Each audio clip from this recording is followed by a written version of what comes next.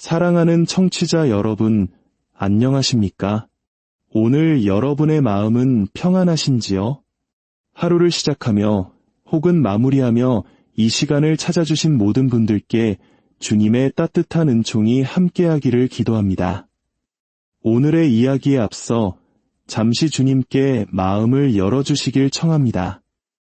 이야기가 여러분의 마음에 울림을 준다면 좋아요와 구독으로 저희와 동행해 주십시오. 여러분의 작은 손길이 더 많은 이들에게 주님의 사랑을 전하는 아름다운 씨앗이 될 것입니다. 이 영상을 나누는 것 또한 누군가의 마음의 문을 두드리는 주님의 손길이 되어줄 수 있습니다. 주님의 이름으로 여러분을 축복합니다. 혹시 어두운 밤 등불을 든 한 분이 굳게 닫힌 문 앞에서 조용히 문을 두드리고 있는 그림을 보신 적이 있으신가요? 19세기 영국 화가 윌리엄 홀먼 헌트의 세상의 빛이라는 아주 유명한 작품입니다. 그림을 자세히 보면 한 가지 이상한 점을 발견하게 됩니다. 예수님께서 두드리고 계신 그 문에는 바깥쪽에 손잡이가 없습니다. 문은 오직 안에서만 열 수 있도록 그려져 있는 것이죠. 이 그림은 요한 묵시록 3장 20절의 말씀을 떠올리게 합니다. 보라, 내가 문 앞에 서서 문을 두드리고 있다. 누구든지 내 목소리를 듣고 문을 열면 나는 그의 안으로 들어가 그와 함께 먹고 그도 나와 함께 먹을 것이다. 이 말씀은 우리 각자의 마음 문을 두드리시는 예수님의 모습을 그려줍니다. 그렇다면 문을 연다는 것은 무엇을 의미할까요? 예수님을 우리 삶의 주인으로 모셔드린다는 것은 구체적으로 어떤 모습일까요? 20세기 영국의 위대한 작가이자 신학자 C.S. 루이스는 그의 저서 순전한 기독교에서 아주 인상적인 비유를 통해 이를 설명합니다. 그는 우리의 삶을 집에 비유합니다. 우리 대부분은 예수님을 우리 삶이라는 집에 정중히 모셔드리긴 합니다. 하지만 보통은 일주일에 한 번 가장 깔끔하게 정돈된 응접실로만 안내하죠. 주일 미사에 참여하며 잠시 예수님과 함께 차를 마시고 대화를 나눕니다. 그리고는 와주셔서 정말 기뻤습니다. 라고 인사하며 사실은 그분이 집을 떠나실 때 안도의 한숨을 내쉽니다. 이제 남은 일주일은 다시 나만의 공간, 나만의 삶을 살 수 있으니까요. 하지만 예수님께서는 잠시 응접실에 머무는 손님이 되기를 원치 않으십니다. 그분은 우리의 부엌, 우리의 거실, 우리의 침실, 그리고 우리가 가장 숨기고 싶어하는 어둡고 혼란스러운 지하실까지 우리 집의 모든 방에 들어가기를 원하십니다. 그분은 우리 삶의 모든 영역의 주인이 되기를 원하십니다. 라틴어로 주인을 뜻하는 도미누스라는 단어는 영어의 지배하다 어원이 같습니다. 우리는 누군가에게 지배당하는 것을 두려워하지만 그분은 우리를 억압하는 폭군이 아니라 우리 삶 전체를 다스리시는 사랑의 주인이십니다. 루이스의 비유는 여기서 한 걸음 더 나아갑니다. 예수님께서 우리 집에 들어오시면 처음에는 우리가 예상했던 일들을 하십니다. 물이 새는 지붕을 고치고 막힌 하수구를 뚫는 것처럼 우리의 눈에 띄는 문제들을 해결해 주십니다. 우리는 역시 주님이셔라며 감사하죠. 하지만 어느 날부터 주님께서는 우리가 전혀 예상치 못한 방식으로 집을 부수기 시작하십니다. 끔찍한 고통과 함께 벽을 허물고 새로운 날개를 달고 층을 더 올리고 탑을 쌓고 안뜰을 만드십니다. 우리는 도대체 무슨 일이 벌어지고 있는지 이해할 수 없습니다. 그 이유는 이것입니다. 주님께서는 우리가 생각했던 작고 아담한 오두막집을 짓고 계신 것이 아닙니다. 그분은 당신께서 직접 영원히 거하실 웅장하고 아름다운 궁전을 짓고 계신 것입니다. 우리를 하느님의 자녀라는 이름에 걸맞은 가장 아름답고 풍요로운 존재로 만들기 위해 낡고 초라한 우리의 집을 완전히 새롭게 재창조하고 계신 것이죠. 물론 그 과정은 고통스럽습니다. 살아있는 집의 벽이 허물어지는데 어찌 아픔이 없겠습니까?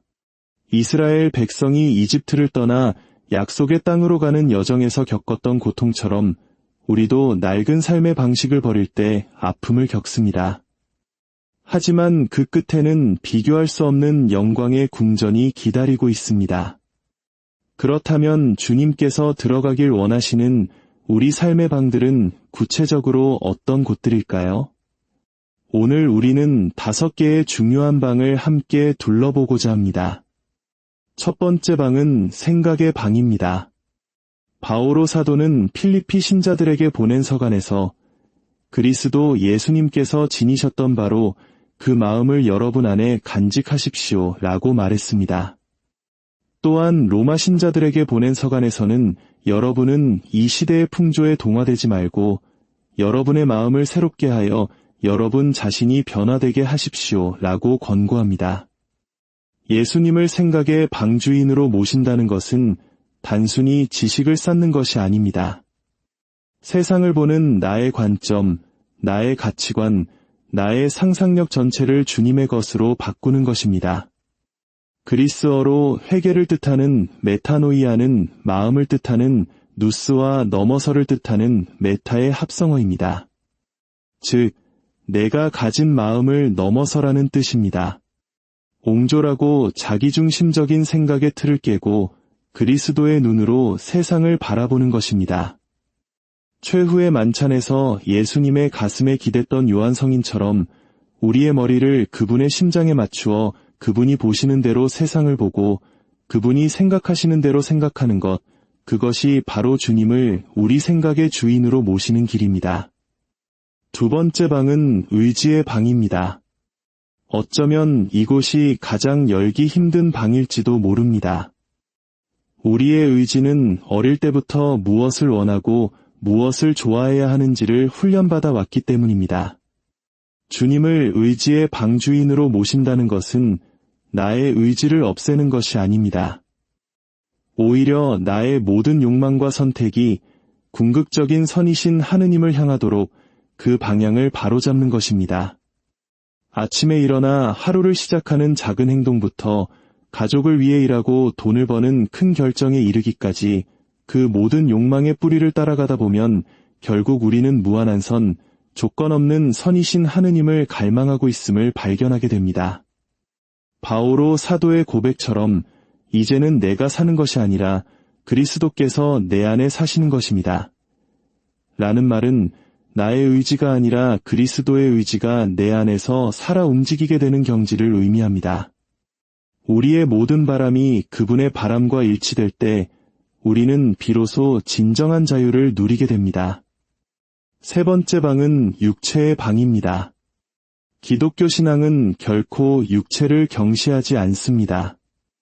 우리의 영혼이 진짜 나이고 육체는 그저 잠시 머무는 껍데기일 뿐이라는 생각은 성경의 가르침과 거리가 먼 영지주의적 발상입니다. 성경은 우리의 몸과 영혼이 분리될 수 없는 하나라고 가르칩니다.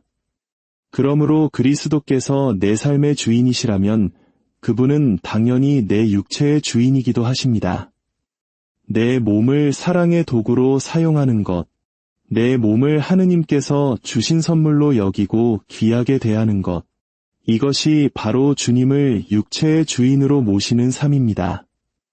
우리의 성 또한 마찬가지입니다. 성은 하느님께서 주신 아름다운 선물이며 사랑 안에서 사용될 때 거룩한 것이 됩니다.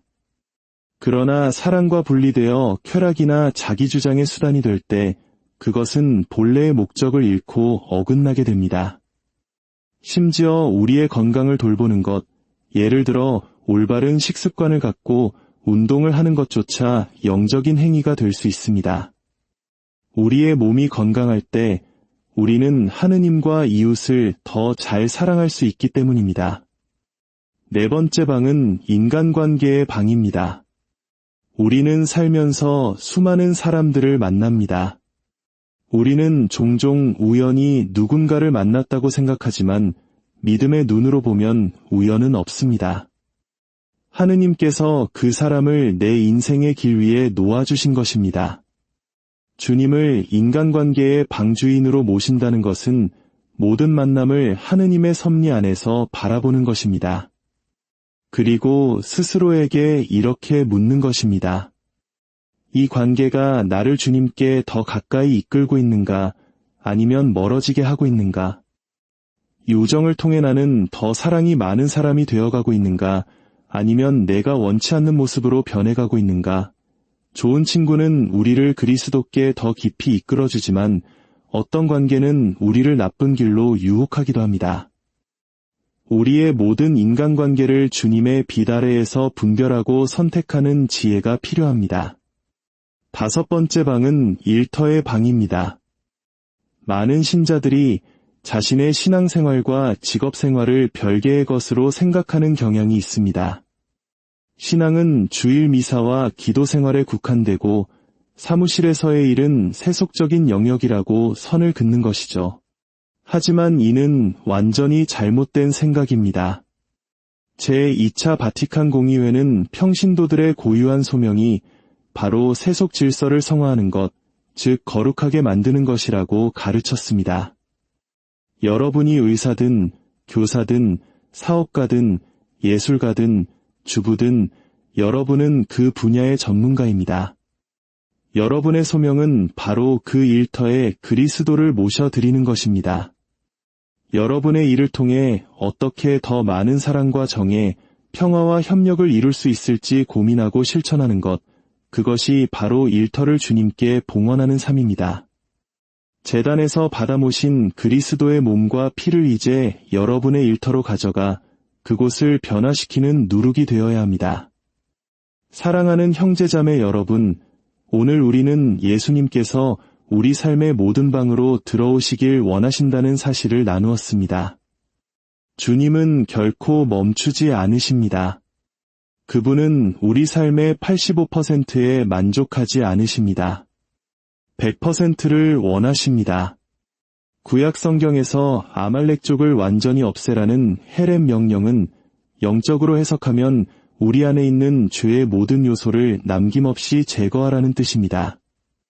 일부만 없애고 왕이나 좋은 가축을 남겨두었던 사울 왕처럼 우리도 죄의 작은 부분을 남겨두려는 유혹을 받습니다. 그러나 주님께서는 우리 삶의 완전한 주인이 되기를 원하십니다. 그 과정은 때로 고통스럽고 이해하기 어려울 수 있습니다. 하지만 기억하십시오. 주님께서는 초라한 오두막집을 부수고 당신께서 영원히 거하실 위대한 궁전을 짓고 계십니다. 오늘 여러분의 마음 문을 두드리시는 주님의 목소리에 귀 기울여 보십시오. 아직 굳게 닫아두었던 방은 어디입니까? 용기를 내어 그 문을 활짝 여십시오. 그분이 여러분 삶의 모든 영역을 다스리시도록 허락하십시오. 그럴 때 우리는 비로소 하느님께서 우리를 위해 준비하신 가장 완전하고 풍요로운 삶을 살게 될 것입니다. 주님의 평화가 여러분 모두와 함께하기를 빕니다. 성부와 성자와 성령의 이름으로 아멘. 사랑하는 청취자 여러분, 안녕하십니까? 오늘 여러분의 마음은 평안하신지요? 하루를 시작하며 혹은 마무리하며 이 시간을 찾아주신 모든 분들께 주님의 따뜻한 은총이 함께하기를 기도합니다. 오늘의 이야기에 앞서 잠시 주님께 마음을 열어주시길 청합니다. 이야기가 여러분의 마음에 울림을 준다면 좋아요와 구독으로 저희와 동행해 주십시오. 여러분의 작은 손길이 더 많은 이들에게 주님의 사랑을 전하는 아름다운 씨앗이 될 것입니다. 이 영상을 나누는 것 또한 누군가의 마음의 문을 두드리는 주님의 손길이 되어줄 수 있습니다. 주님의 이름으로 여러분을 축복합니다. 혹시 어두운 밤 등불을 든 한 분이 굳게 닫힌 문 앞에서 조용히 문을 두드리고 있는 그림을 보신 적이 있으신가요? 19세기 영국 화가 윌리엄 홀먼 헌트의 세상의 빛이라는 아주 유명한 작품입니다. 그림을 자세히 보면 한 가지 이상한 점을 발견하게 됩니다. 예수님께서 두드리고 계신 그 문에는 바깥쪽에 손잡이가 없습니다. 문은 오직 안에서만 열 수 있도록 그려져 있는 것이죠. 이 그림은 요한묵시록 3장 20절의 말씀을 떠올리게 합니다. 보라, 내가 문 앞에 서서 문을 두드리고 있다. 누구든지 내 목소리를 듣고 문을 열면 나는 그의 안으로 들어가 그와 함께 먹고 그도 나와 함께 먹을 것이다. 이 말씀은 우리 각자의 마음 문을 두드리시는 예수님의 모습을 그려줍니다. 그렇다면 문을 연다는 것은 무엇을 의미할까요? 예수님을 우리 삶의 주인으로 모셔드린다는 것은 구체적으로 어떤 모습일까요? 20세기 영국의 위대한 작가이자 신학자 C.S. 루이스는 그의 저서 순전한 기독교에서 아주 인상적인 비유를 통해 이를 설명합니다. 그는 우리의 삶을 집에 비유합니다. 우리 대부분은 예수님을 우리 삶이라는 집에 정중히 모셔드리긴 합니다. 하지만 보통은 일주일에 한 번 가장 깔끔하게 정돈된 응접실로만 안내하죠. 주일 미사에 참여하며 잠시 예수님과 함께 차를 마시고 대화를 나눕니다. 그리고는 와주셔서 정말 기뻤습니다.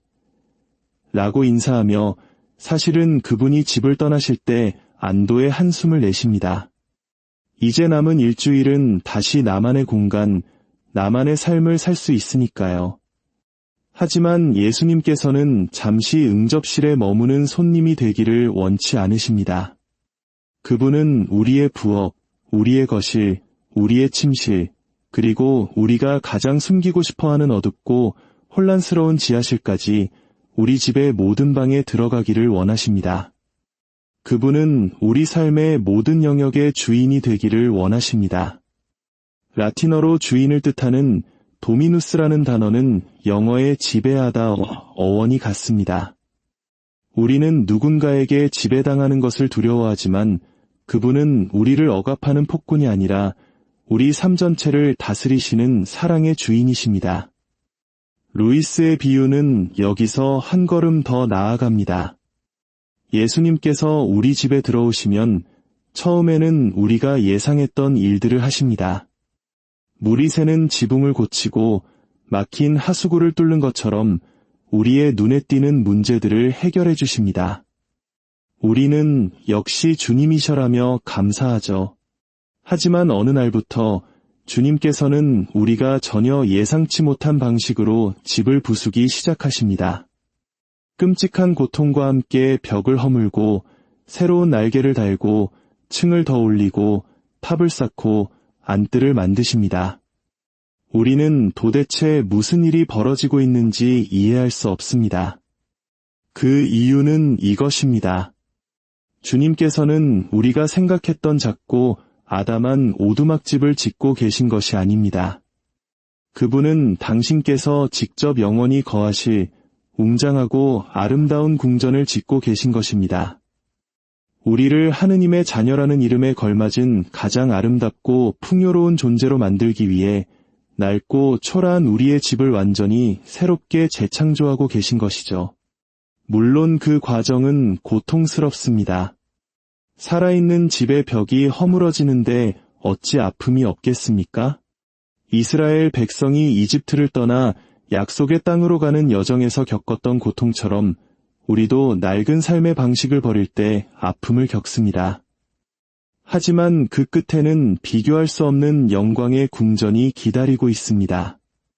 그렇다면 주님께서 들어가길 원하시는 우리 삶의 방들은 구체적으로 어떤 곳들일까요? 오늘 우리는 5개의 중요한 방을 함께 둘러보고자 합니다. 첫 번째 방은 생각의 방입니다. 바오로 사도는 필리피 신자들에게 보낸 서간에서 그리스도 예수님께서 지니셨던 바로 그 마음을 여러분 안에 간직하십시오 라고 말했습니다. 또한 로마 신자들에게 보낸 서간에서는 여러분은 이 시대의 풍조에 동화되지 말고 여러분의 마음을 새롭게 하여 여러분 자신이 변화되게 하십시오 라고 권고합니다.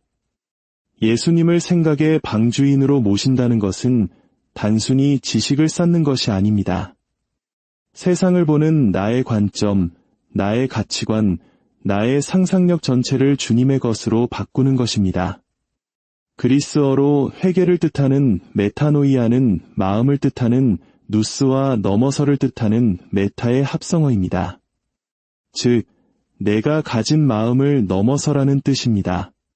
옹졸하고 자기중심적인 생각의 틀을 깨고 그리스도의 눈으로 세상을 바라보는 것입니다. 최후의 만찬에서 예수님의 가슴에 기댔던 요한 성인처럼 우리의 머리를 그분의 심장에 맞추어 그분이 보시는 대로 세상을 보고 그분이 생각하시는 대로 생각하는 것, 그것이 바로 주님을 우리 생각의 주인으로 모시는 길입니다. 두 번째 방은 의지의 방입니다. 어쩌면 이곳이 가장 열기 힘든 방일지도 모릅니다. 우리의 의지는 어릴 때부터 무엇을 원하고 무엇을 좋아해야 하는지를 훈련받아 왔기 때문입니다. 주님을 의지의 방주인으로 모신다는 것은 나의 의지를 없애는 것이 아닙니다. 오히려 나의 모든 욕망과 선택이 궁극적인 선이신 하느님을 향하도록 그 방향을 바로잡는 것입니다. 아침에 일어나 하루를 시작하는 작은 행동부터 가족을 위해 일하고 돈을 버는 큰 결정에 이르기까지 그 모든 욕망의 뿌리를 따라가다 보면 결국 우리는 무한한 선, 조건 없는 선이신 하느님을 갈망하고 있음을 발견하게 됩니다. 바오로 사도의 고백처럼 이제는 내가 사는 것이 아니라 그리스도께서 내 안에 사시는 것입니다. 라는 말은 나의 의지가 아니라 그리스도의 의지가 내 안에서 살아 움직이게 되는 경지를 의미합니다. 우리의 모든 바람이 그분의 바람과 일치될 때 우리는 비로소 진정한 자유를 누리게 됩니다. 세 번째 방은 육체의 방입니다. 기독교 신앙은 결코 육체를 경시하지 않습니다. 우리의 영혼이 진짜 나이고 육체는 그저 잠시 머무는 껍데기일 뿐이라는 생각은 성경의 가르침과 거리가 먼 영지주의적 발상입니다. 성경은 우리의 몸과 영혼이 분리될 수 없는 하나라고 가르칩니다. 그러므로 그리스도께서 내 삶의 주인이시라면 그분은 당연히 내 육체의 주인이기도 하십니다. 내 몸을 사랑의 도구로 사용하는 것, 내 몸을 하느님께서 주신 선물로 여기고 귀하게 대하는 것, 이것이 바로 주님을 육체의 주인으로 모시는 삶입니다. 우리의 성 또한 마찬가지입니다.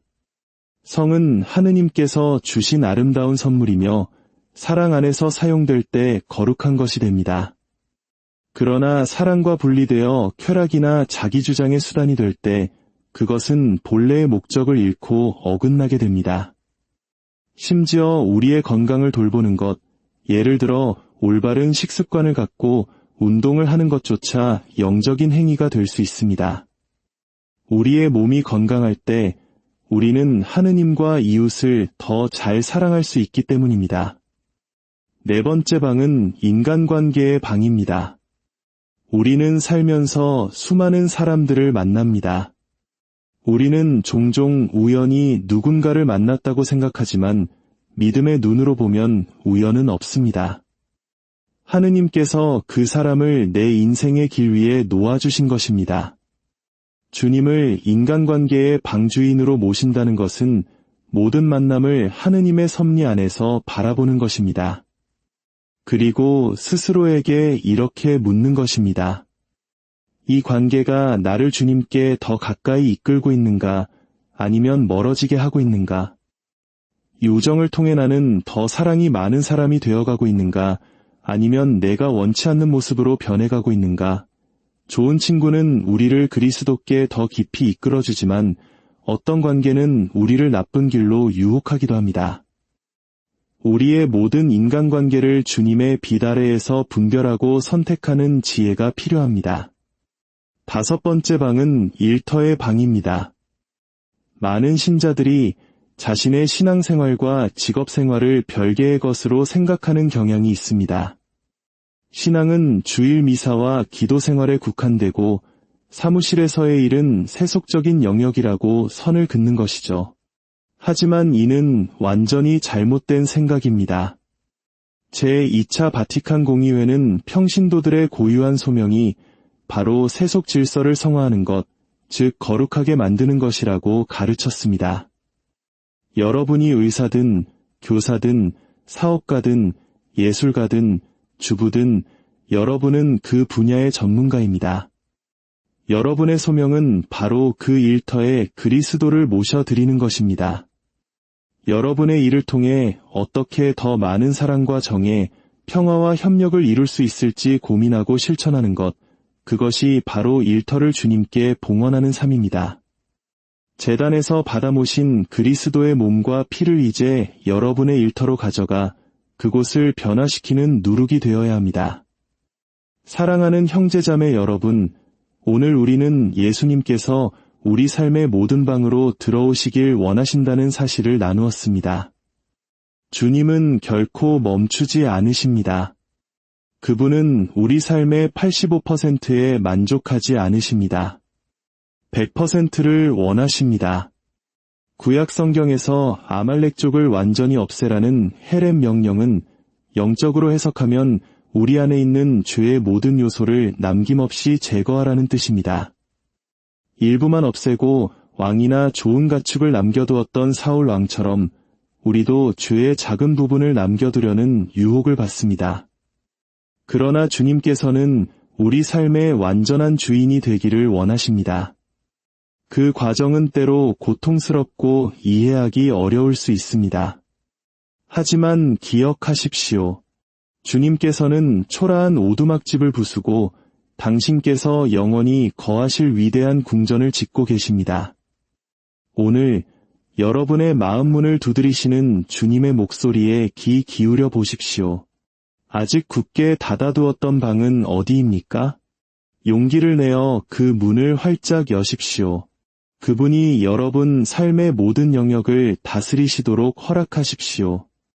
그럴 때 우리는 비로소 하느님께서 우리를 위해 준비하신 가장 완전하고 풍요로운 삶을 살게 될 것입니다. 주님의 평화가 여러분 모두와 함께하기를 빕니다.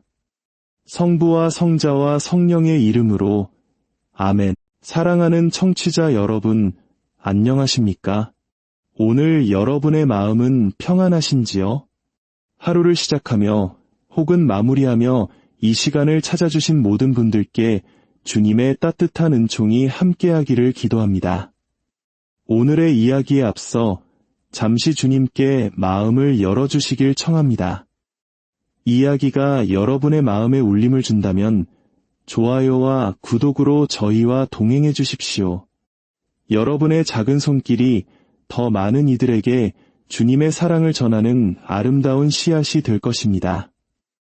이 영상을 나누는 것 또한 누군가의 마음의 문을 두드리는 주님의 손길이 되어줄 수 있습니다. 주님의 이름으로 여러분을 축복합니다. 혹시 어두운 밤 등불을 든 한 분이 굳게 닫힌 문 앞에서 조용히 문을 두드리고 있는 그림을 보신 적이 있으신가요? 19세기 영국 화가 윌리엄 홀먼 헌트의 세상의 빛이라는 아주 유명한 작품입니다. 그림을 자세히 보면 한 가지 이상한 점을 발견하게 됩니다. 예수님께서 두드리고 계신 그 문에는 바깥쪽에 손잡이가 없습니다. 문은 오직 안에서만 열 수 있도록 그려져 있는 것이죠. 이 그림은 요한묵시록 3장 20절의 말씀을 떠올리게 합니다. 보라, 내가 문 앞에 서서 문을 두드리고 있다. 누구든지 내 목소리를 듣고 문을 열면 나는 그의 안으로 들어가 그와 함께 먹고 그도 나와 함께 먹을 것이다. 이 말씀은 우리 각자의 마음 문을 두드리시는 예수님의 모습을 그려줍니다. 그렇다면 문을 연다는 것은 무엇을 의미할까요? 예수님을 우리 삶의 주인으로 모셔드린다는 것은 구체적으로 어떤 모습일까요? 20세기 영국의 위대한 작가이자 신학자 C.S. 루이스는 그의 저서 순전한 기독교에서 아주 인상적인 비유를 통해 이를 설명합니다. 그는 우리의 삶을 집에 비유합니다.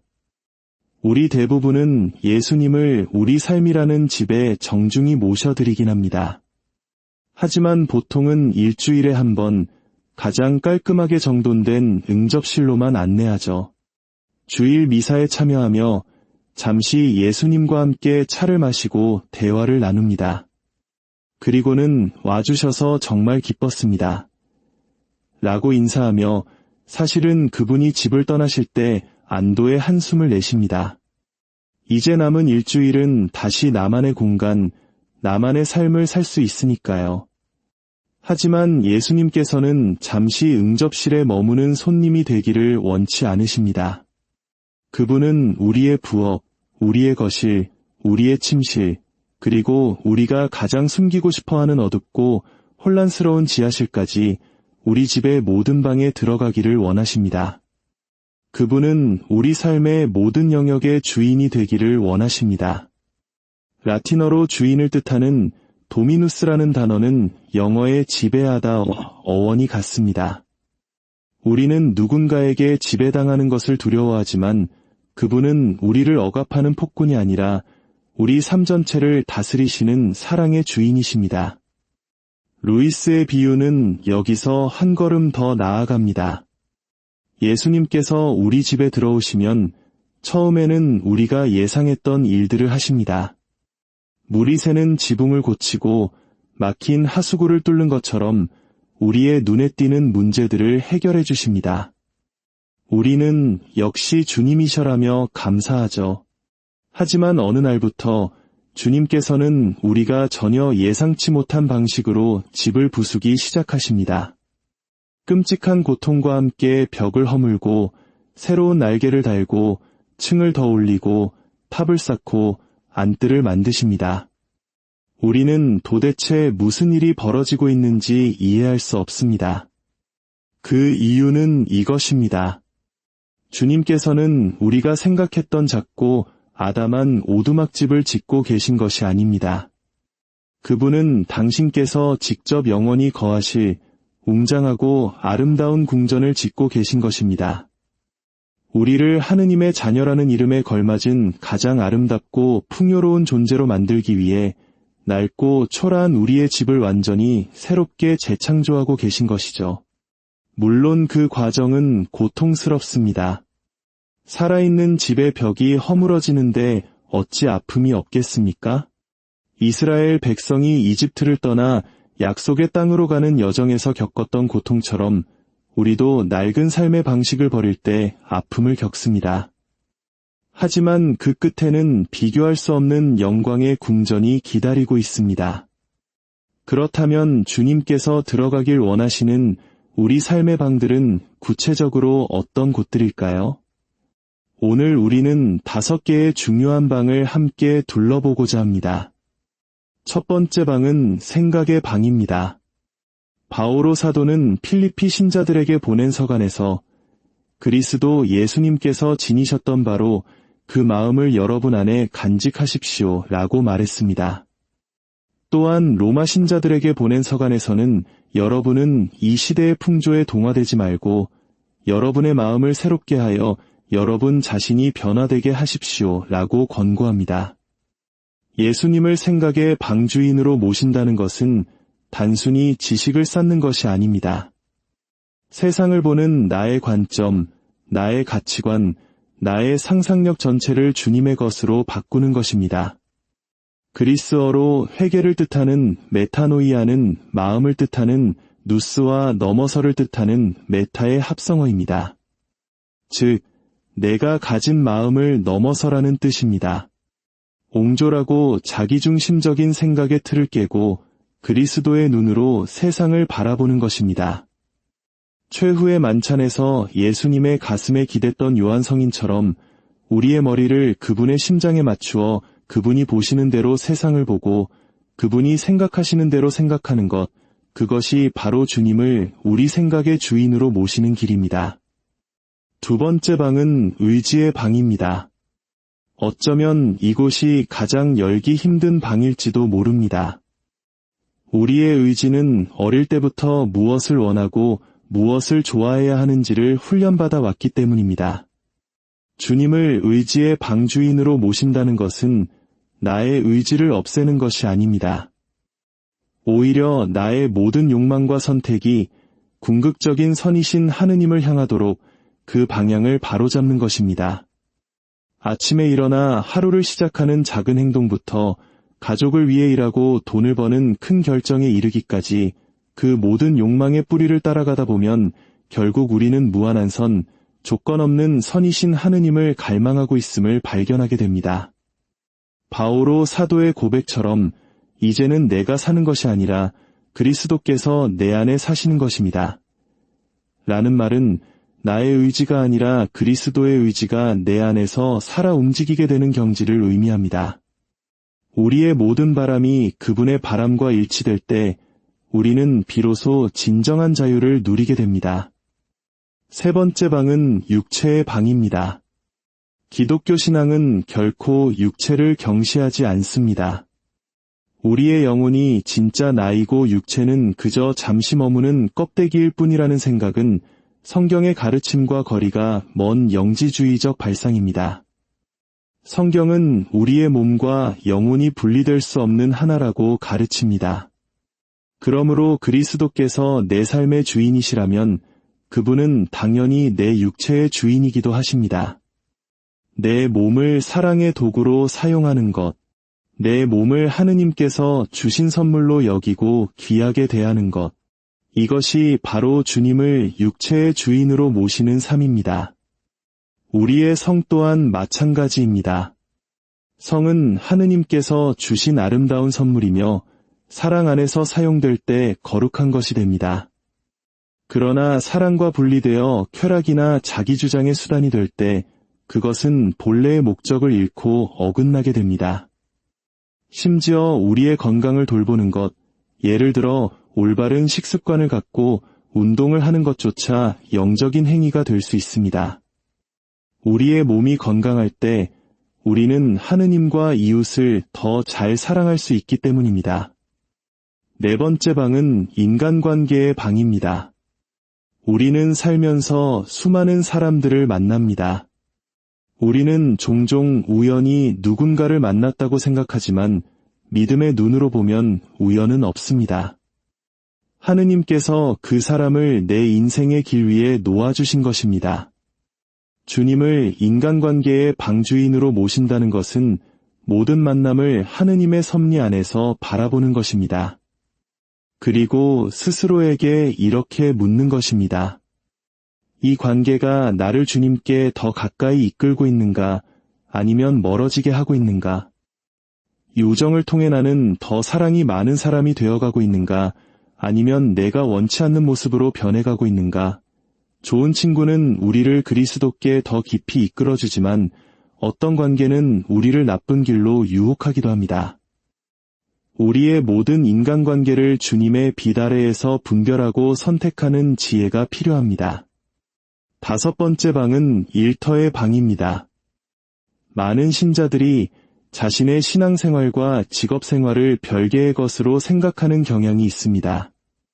신앙은 주일 미사와 기도생활에 국한되고 사무실에서의 일은 세속적인 영역이라고 선을 긋는 것이죠. 하지만 이는 완전히 잘못된 생각입니다. 제2차 바티칸 공의회는 평신도들의 고유한 소명이 바로 세속 질서를 성화하는 것, 즉 거룩하게 만드는 것이라고 가르쳤습니다. 여러분이 의사든, 교사든, 사업가든, 예술가든, 주부든 여러분은 그 분야의 전문가입니다. 여러분의 소명은 바로 그 일터에 그리스도를 모셔드리는 것입니다. 여러분의 일을 통해 어떻게 더 많은 사랑과 정의, 평화와 협력을 이룰 수 있을지 고민하고 실천하는 것, 그것이 바로 일터를 주님께 봉헌하는 삶입니다. 제단에서 받아 모신 그리스도의 몸과 피를 이제 여러분의 일터로 가져가 그곳을 변화시키는 누룩이 되어야 합니다. 사랑하는 형제자매 여러분, 오늘 우리는 예수님께서 우리 삶의 모든 방으로 들어오시길 원하신다는 사실을 나누었습니다. 주님은 결코 멈추지 않으십니다. 그분은 우리 삶의 85%에 만족하지 않으십니다. 100%를 원하십니다. 구약 성경에서 아말렉족을 완전히 없애라는 헤렘 명령은 영적으로 해석하면 우리 안에 있는 죄의 모든 요소를 남김없이 제거하라는 뜻입니다. 일부만 없애고 왕이나 좋은 가축을 남겨두었던 사울 왕처럼 우리도 죄의 작은 부분을 남겨두려는 유혹을 받습니다. 그러나 주님께서는 우리 삶의 완전한 주인이 되기를 원하십니다. 그 과정은 때로 고통스럽고 이해하기 어려울 수 있습니다. 하지만 기억하십시오. 주님께서는 초라한 오두막집을 부수고 당신께서 영원히 거하실 위대한 궁전을 짓고 계십니다. 오늘 여러분의 마음 문을 두드리시는 주님의 목소리에 귀 기울여 보십시오. 아직 굳게 닫아두었던 방은 어디입니까? 용기를 내어 그 문을 활짝 여십시오. 그분이 여러분 삶의 모든 영역을 다스리시도록 허락하십시오. 그럴 때 우리는 비로소 하느님께서 우리를 위해 준비하신 가장 완전하고 풍요로운 삶을 살게 될 것입니다. 주님의 평화가 여러분 모두와 함께하기를 빕니다. 성부와 성자와 성령의 이름으로 아멘. 사랑하는 청취자 여러분, 안녕하십니까? 오늘 여러분의 마음은 평안하신지요? 하루를 시작하며 혹은 마무리하며 이 시간을 찾아주신 모든 분들께 주님의 따뜻한 은총이 함께하기를 기도합니다. 오늘의 이야기에 앞서 잠시 주님께 마음을 열어주시길 청합니다. 이야기가 여러분의 마음에 울림을 준다면 좋아요와 구독으로 저희와 동행해 주십시오. 여러분의 작은 손길이 더 많은 이들에게 주님의 사랑을 전하는 아름다운 씨앗이 될 것입니다.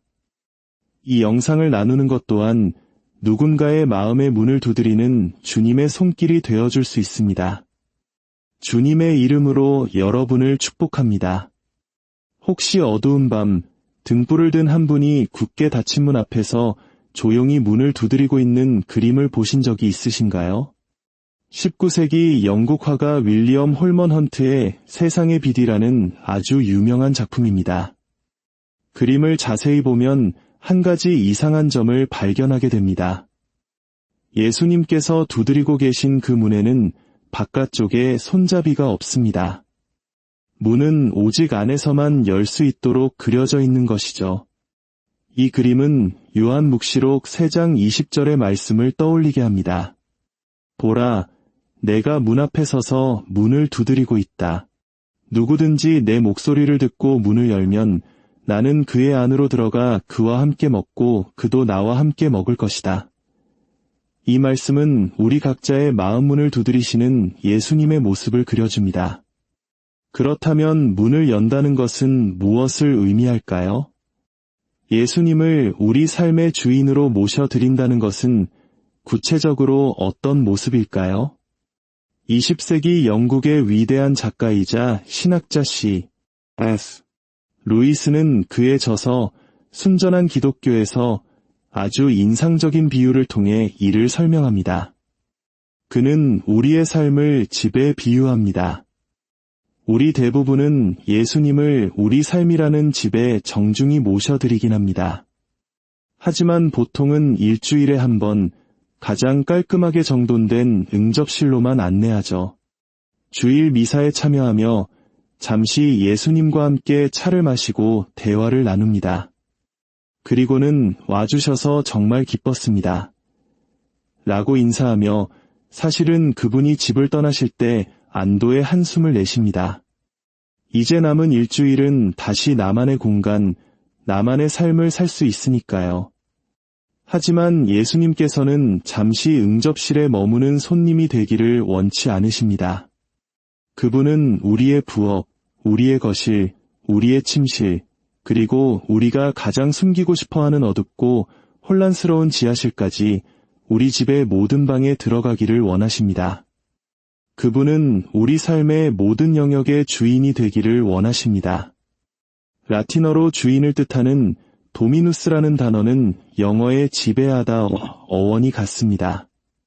우리는 누군가에게 지배당하는 것을 두려워하지만 그분은 우리를 억압하는 폭군이 아니라 우리 삶 전체를 다스리시는 사랑의 주인이십니다. 루이스의 비유는 여기서 한 걸음 더 나아갑니다. 예수님께서 우리 집에 들어오시면 처음에는 우리가 예상했던 일들을 하십니다. 물이 새는 지붕을 고치고 막힌 하수구를 뚫는 것처럼 우리의 눈에 띄는 문제들을 해결해 주십니다. 우리는 역시 주님이셔라며 감사하죠. 하지만 어느 날부터 주님께서는 우리가 전혀 예상치 못한 방식으로 집을 부수기 시작하십니다. 끔찍한 고통과 함께 벽을 허물고 새로운 날개를 달고 층을 더 올리고 탑을 쌓고 안뜰을 만드십니다. 우리는 도대체 무슨 일이 벌어지고 있는지 이해할 수 없습니다. 그 이유는 이것입니다. 주님께서는 우리가 생각했던 작고 아담한 오두막집을 짓고 계신 것이 아닙니다. 그분은 당신께서 직접 영원히 거하실 웅장하고 아름다운 궁전을 짓고 계신 것입니다. 우리를 하느님의 자녀라는 이름에 걸맞은 가장 아름답고 풍요로운 존재로 만들기 위해 낡고 초라한 우리의 집을 완전히 새롭게 재창조하고 계신 것이죠. 물론 그 과정은 고통스럽습니다. 살아있는 집의 벽이 허물어지는데 어찌 아픔이 없겠습니까? 이스라엘 백성이 이집트를 떠나 약속의 땅으로 가는 여정에서 겪었던 고통처럼 우리도 낡은 삶의 방식을 버릴 때 아픔을 겪습니다. 하지만 그 끝에는 비교할 수 없는 영광의 궁전이 기다리고 있습니다. 그렇다면 주님께서 들어가길 원하시는 우리 삶의 방들은 구체적으로 어떤 곳들일까요? 오늘 우리는 5개의 중요한 방을 함께 둘러보고자 합니다. 첫 번째 방은 생각의 방입니다. 바오로 사도는 필리피 신자들에게 보낸 서간에서 그리스도 예수님께서 지니셨던 바로 그 마음을 여러분 안에 간직하십시오 라고 말했습니다. 또한 로마 신자들에게 보낸 서간에서는 여러분은 이 시대의 풍조에 동화되지 말고 여러분의 마음을 새롭게 하여 여러분 자신이 변화되게 하십시오 라고 권고합니다. 예수님을 생각의 방주인으로 모신다는 것은 단순히 지식을 쌓는 것이 아닙니다. 세상을 보는 나의 관점, 나의 가치관, 나의 상상력 전체를 주님의 것으로 바꾸는 것입니다. 그리스어로 회개를 뜻하는 메타노이아는 마음을 뜻하는 누스와 넘어서를 뜻하는 메타의 합성어입니다. 즉, 내가 가진 마음을 넘어서라는 뜻입니다. 옹졸하고 자기중심적인 생각의 틀을 깨고 그리스도의 눈으로 세상을 바라보는 것입니다. 최후의 만찬에서 예수님의 가슴에 기댔던 요한 성인처럼 우리의 머리를 그분의 심장에 맞추어 그분이 보시는 대로 세상을 보고 그분이 생각하시는 대로 생각하는 것, 그것이 바로 주님을 우리 생각의 주인으로 모시는 길입니다. 두 번째 방은 의지의 방입니다. 어쩌면 이곳이 가장 열기 힘든 방일지도 모릅니다. 우리의 의지는 어릴 때부터 무엇을 원하고 무엇을 좋아해야 하는지를 훈련받아 왔기 때문입니다. 주님을 의지의 방주인으로 모신다는 것은 나의 의지를 없애는 것이 아닙니다. 오히려 나의 모든 욕망과 선택이 궁극적인 선이신 하느님을 향하도록 그 방향을 바로잡는 것입니다. 아침에 일어나 하루를 시작하는 작은 행동부터 가족을 위해 일하고 돈을 버는 큰 결정에 이르기까지 그 모든 욕망의 뿌리를 따라가다 보면 결국 우리는 무한한 선, 조건 없는 선이신 하느님을 갈망하고 있음을 발견하게 됩니다. 바오로 사도의 고백처럼 이제는 내가 사는 것이 아니라 그리스도께서 내 안에 사시는 것입니다. 라는 말은 나의 의지가 아니라 그리스도의 의지가 내 안에서 살아 움직이게 되는 경지를 의미합니다. 우리의 모든 바람이 그분의 바람과 일치될 때 우리는 비로소 진정한 자유를 누리게 됩니다. 세 번째 방은 육체의 방입니다. 기독교 신앙은 결코 육체를 경시하지 않습니다. 우리의 영혼이 진짜 나이고 육체는 그저 잠시 머무는 껍데기일 뿐이라는 생각은 성경의 가르침과 거리가 먼 영지주의적 발상입니다. 성경은 우리의 몸과 영혼이 분리될 수 없는 하나라고 가르칩니다. 그러므로 그리스도께서 내 삶의 주인이시라면 그분은 당연히 내 육체의 주인이기도 하십니다. 내 몸을 사랑의 도구로 사용하는 것, 내 몸을 하느님께서 주신 선물로 여기고 귀하게 대하는 것, 이것이 바로 주님을 육체의 주인으로 모시는 삶입니다. 우리의 성 또한 마찬가지입니다. 성은 하느님께서 주신 아름다운 선물이며 사랑 안에서 사용될 때 거룩한 것이 됩니다. 그러나 사랑과 분리되어 쾌락이나 자기주장의 수단이 될 때 그것은 본래의 목적을 잃고 어긋나게 됩니다. 심지어 우리의 건강을 돌보는 것, 예를 들어 올바른 식습관을 갖고 운동을 하는 것조차 영적인 행위가 될 수 있습니다. 우리의 몸이 건강할 때 우리는 하느님과 이웃을 더 잘 사랑할 수 있기 때문입니다. 네 번째 방은 인간관계의 방입니다. 우리는 살면서 수많은 사람들을 만납니다. 우리는 종종 우연히 누군가를 만났다고 생각하지만 믿음의 눈으로 보면 우연은 없습니다. 하느님께서 그 사람을 내 인생의 길 위에 놓아주신 것입니다. 주님을 인간관계의 방주인으로 모신다는 것은 모든 만남을 하느님의 섭리 안에서 바라보는 것입니다. 그리고 스스로에게 이렇게 묻는 것입니다. 이 관계가 나를 주님께 더 가까이 이끌고 있는가, 아니면 멀어지게 하고 있는가? 이 우정을 통해 나는 더 사랑이 많은 사람이 되어가고 있는가, 아니면 내가 원치 않는 모습으로 변해가고 있는가? 좋은 친구는 우리를 그리스도께 더 깊이 이끌어주지만 어떤 관계는 우리를 나쁜 길로 유혹하기도 합니다. 우리의 모든 인간관계를 주님의 빛 아래에서 분별하고 선택하는 지혜가 필요합니다. 다섯 번째 방은 일터의 방입니다. 많은 신자들이 자신의 신앙생활과 직업생활을 별개의 것으로 생각하는 경향이 있습니다. 신앙은 주일 미사와 기도생활에 국한되고 사무실에서의 일은 세속적인 영역이라고 선을 긋는 것이죠. 하지만 이는 완전히 잘못된 생각입니다. 제2차 바티칸 공의회는 평신도들의 고유한 소명이 바로 세속 질서를 성화하는 것, 즉 거룩하게 만드는 것이라고 가르쳤습니다. 여러분이 의사든, 교사든, 사업가든, 예술가든, 주부든 여러분은 그 분야의 전문가입니다. 여러분의 소명은 바로 그 일터에 그리스도를 모셔드리는 것입니다.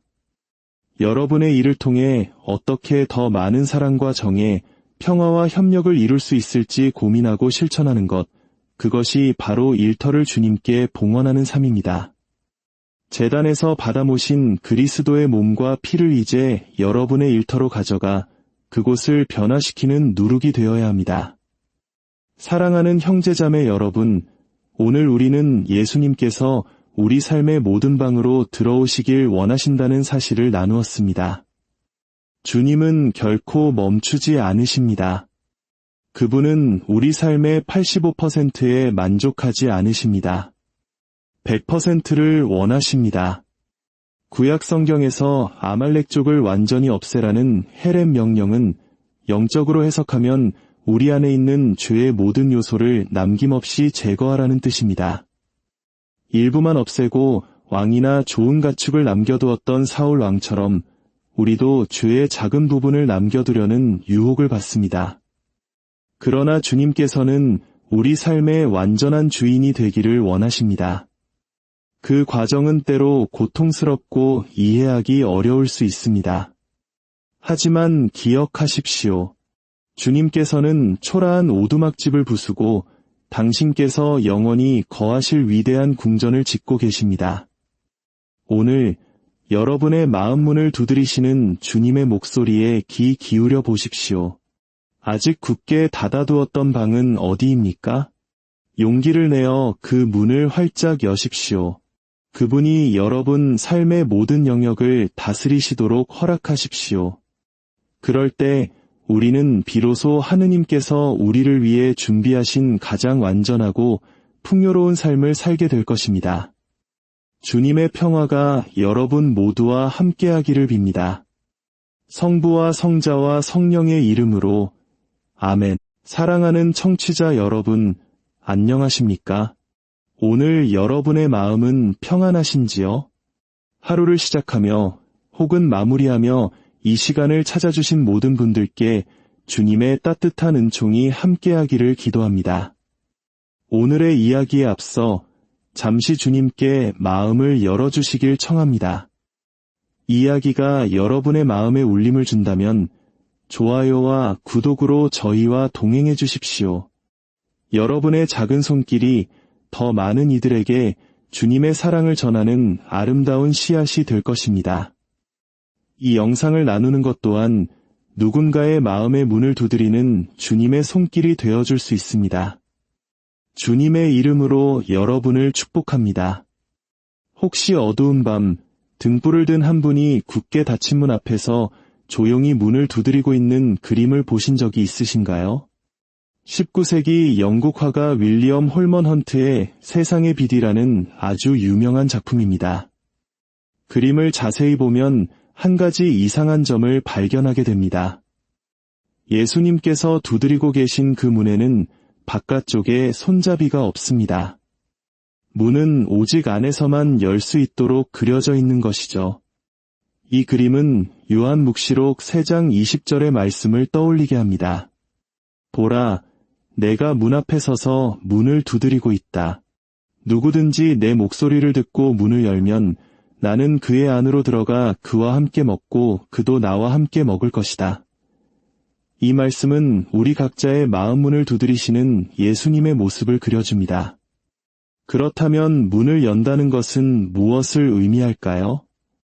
예수님을 우리 삶의 주인으로 모셔드린다는 것은 구체적으로 어떤 모습일까요? 20세기 영국의 위대한 작가이자 신학자 C.S. 루이스는 그의 저서 순전한 기독교에서 아주 인상적인 비유를 통해 이를 설명합니다. 그는 우리의 삶을 집에 비유합니다. 우리 대부분은 예수님을 우리 삶이라는 집에 정중히 모셔드리긴 합니다. 하지만 보통은 일주일에 한 번 가장 깔끔하게 정돈된 응접실로만 안내하죠. 주일 미사에 참여하며 잠시 예수님과 함께 차를 마시고 대화를 나눕니다. 그리고는 와주셔서 정말 기뻤습니다. 라고 인사하며 사실은 그분이 집을 떠나실 때 안도의 한숨을 내쉽니다.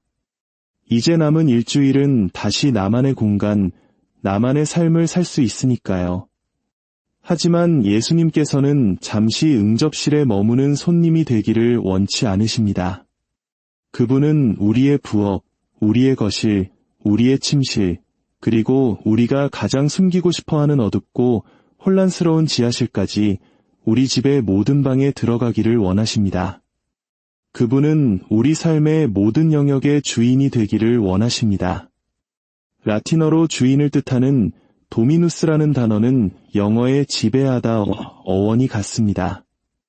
우리는 누군가에게 지배당하는 것을 두려워하지만 그분은 우리를 억압하는 폭군이 아니라 우리 삶 전체를 다스리시는 사랑의 주인이십니다.